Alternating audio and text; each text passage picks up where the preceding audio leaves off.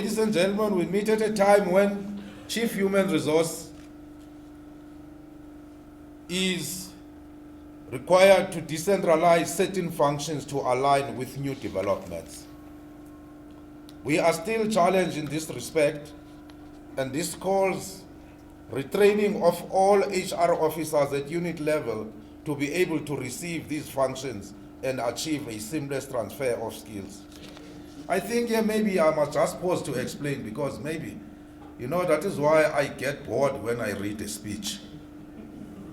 Because it does not really say what I want to say. The issue that is being spoken about there is about decentralizing some of our HR functions. Currently, everything is done in the Bank of Lisbon, or Pointons, or Amsco building.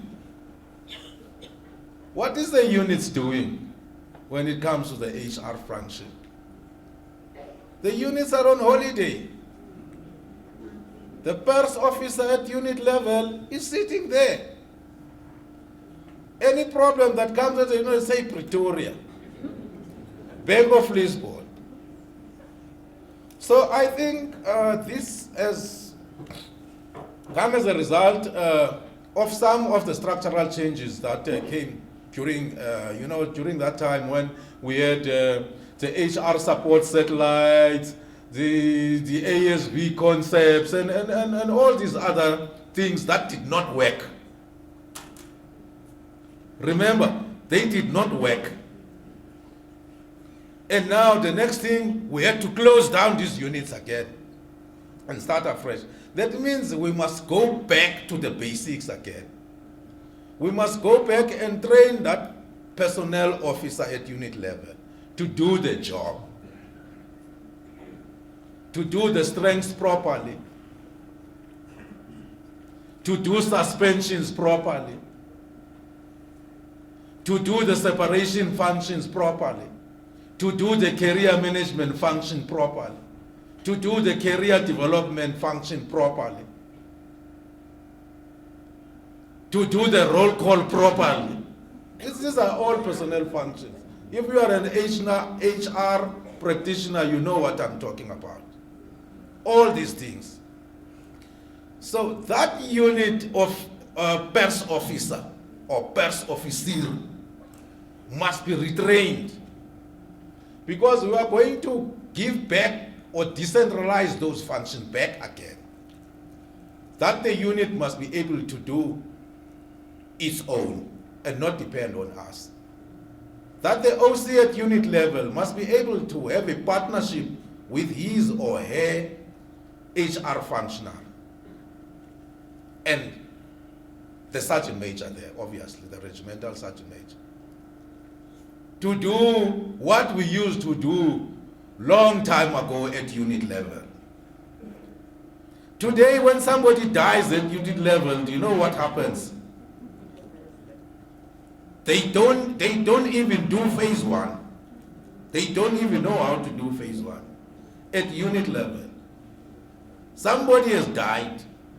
That unit does not know what to do. It's a simple drill that we did here at PD school when we were doing battle handling. So everything is sent to Pretoria, and people suffer as a result.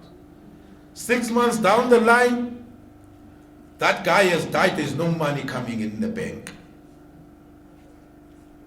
The parents start complaining, they start going to newspapers and so on, and the bill is on top of us.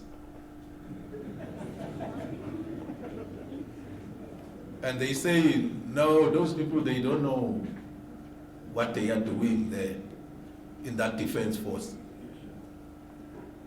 Wat doen die generaal Jengeni daar so ons weet nie. So people, these are the things that are very critical for us as the human resource element of the defense, because ours, we are like councillors and municipalities, by the way. People want delivery, nothing else. People want to be promoted, they want to go on course, they want their money to pay it in the bank in time. So if we don't do those things, then we are failing. I think our job really, for me, is people first and deliver. Get the job done, that's all. Don't complain and come up with excuses and all those things. And keep somebody's file on your desk for a week. Don't do those things. So we are going back to basics. We are going to decentralize again the HR function back to the unit. But the reason that I stopped reading my speech, I wanted to explain this thing to you, because this speech does not explain it thoroughly. So we are going back there to those basics, retrain that personnel officer, again empower him so that the unit can be self-sufficient and do its job.